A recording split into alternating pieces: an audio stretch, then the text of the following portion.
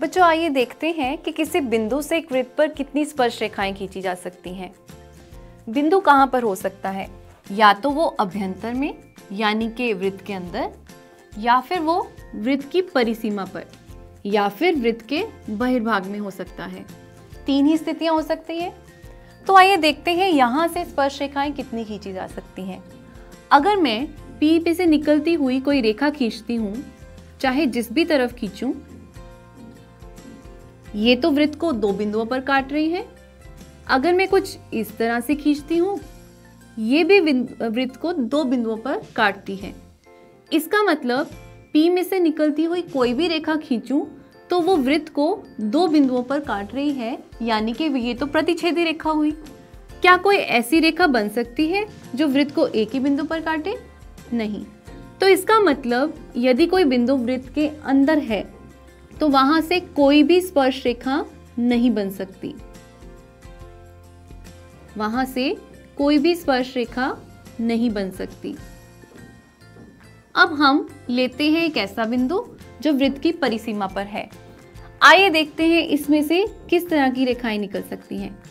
एक रेखा तो कुछ इस तरह भी हो सकती है, निश्चय ही ये तो प्रतिच्छेदी रेखा है, ये दो बिंदुओं पर काट रही है। लेकिन एक रेखा तो ऐसे भी होगी, जैसा कि हमने अपने क्रियाकलाप में भी देखा था। तो ये रेखा कौन सी हुई?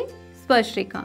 अगर इसके अलावा कोई और रेखा लेंगे, वो वृत्त को दो बिंदुओं पर प्रतिच्छेद करेगी, यानी इस बिंदु पर केवल एक ही स्पर्श रेखा है। तो यदि कोई बिंदु वृत्त की परिसीमा पर है तो एक स्पर्श रेखा बनेगी। अब यदि कोई बिंदु वृत्त के बाहर है, वृत्त के बहिर्भाग में है, तो वहां से कितनी स्पर्श रेखाएं बन सकती हैं? तो आप देख सकते हैं जब P से मैंने रेखाएं खींचने की कोशिश की तो एक रेखा तो ऐसी है जो वृत्त की स्पर्श रेखा बनती है, एक इस तरफ, ये भी वृत्त की स्पर्श रेखा है। इसके अलावा यदि मैं कोई और रेखा बनाती हूं तो वृत्त की छेदक रेखा बनती है, यानी कि बाह्य बिंदु से वृत्त पर दो स्पर्श रेखाएं बन सकती हैं। और तो और यदि हम इस हिस्से को मापें, P से लेकर स्पर्श बिंदु Q तक और P से लेकर स्पर्श बिंदु R तक, आप ये पाएंगे कि PQ और PR की दूरी बराबर है। आइए इसे सिद्ध करते हैं। तो आइए बच्चों सिद्ध करते हैं। बाह्य बिंदु से वृत्त पर खींची गई स्पर्श रेखाओं की लंबाइयां बराबर होती हैं। तो हमने लिया है एक वृत्त जिसका केंद्र O है, एक बाह्य बिंदु P लिया है जहां से दो स्पर्श रेखाएं PQ और PR है।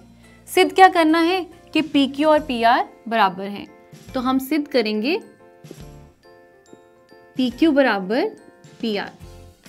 कैसे सिद्ध कर सकते हैं इसे? क्या PQ और PR कुछ ऐसे त्रिभुजों के भाग हैं जिनको हम सर्वांगसम कर सके? जी बिल्कुल। PQ हिस्सा है ऊपर वाले त्रिभुज OPQ का, और PR हिस्सा है नीचे वाले त्रिभुज OPR का। तो आइए इन्हें सर्वांगसम करने की कोशिश करते हैं। त्रिभुज OPQ और OPR में क्या कोई तीन भाग हैं जो बराबर हैं? सबसे पहले तो OP ही समान है, दोनों त्रिभुजों का ये हिस्सा है, तो ये दोनों समान हैं।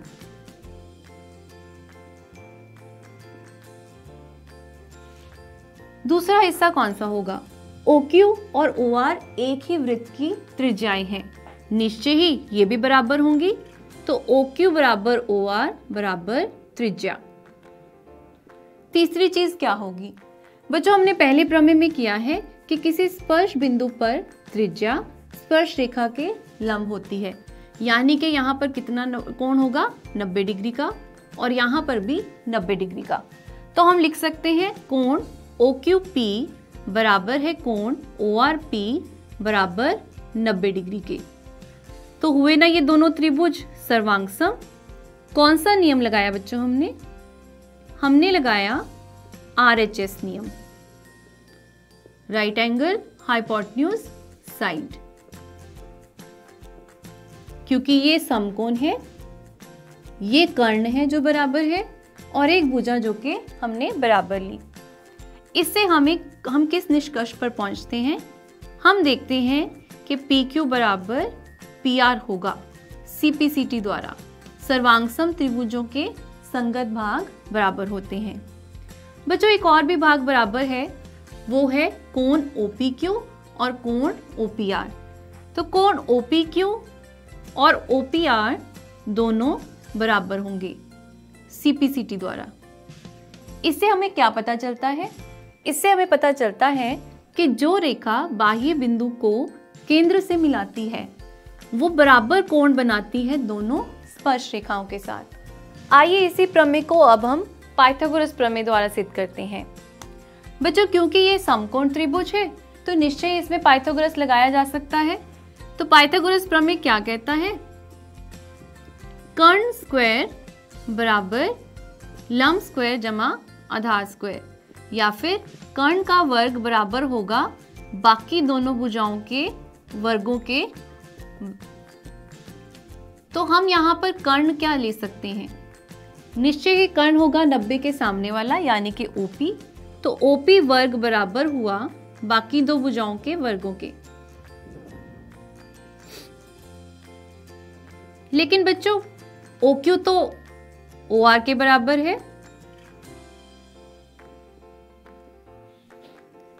OP square minus OR square बराबर PQ स्क्वायर। तो इसे हम पहला अंक देते हैं। अब हम जरा दूसरे त्रिभुज में देखें, त्रिभुज OPR में, वहां पर भी ये कोण 90 डिग्री है। तो वहां भी हम पाइथागोरस प्रमेय लगा सकते हैं। OP स्क्वायर बराबर PR स्क्वायर जमा OR स्क्वायर। OR स्क्वायर को इस तरफ ले आए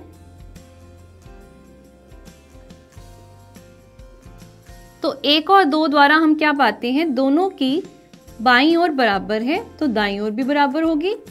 तो 1 और 2 द्वारा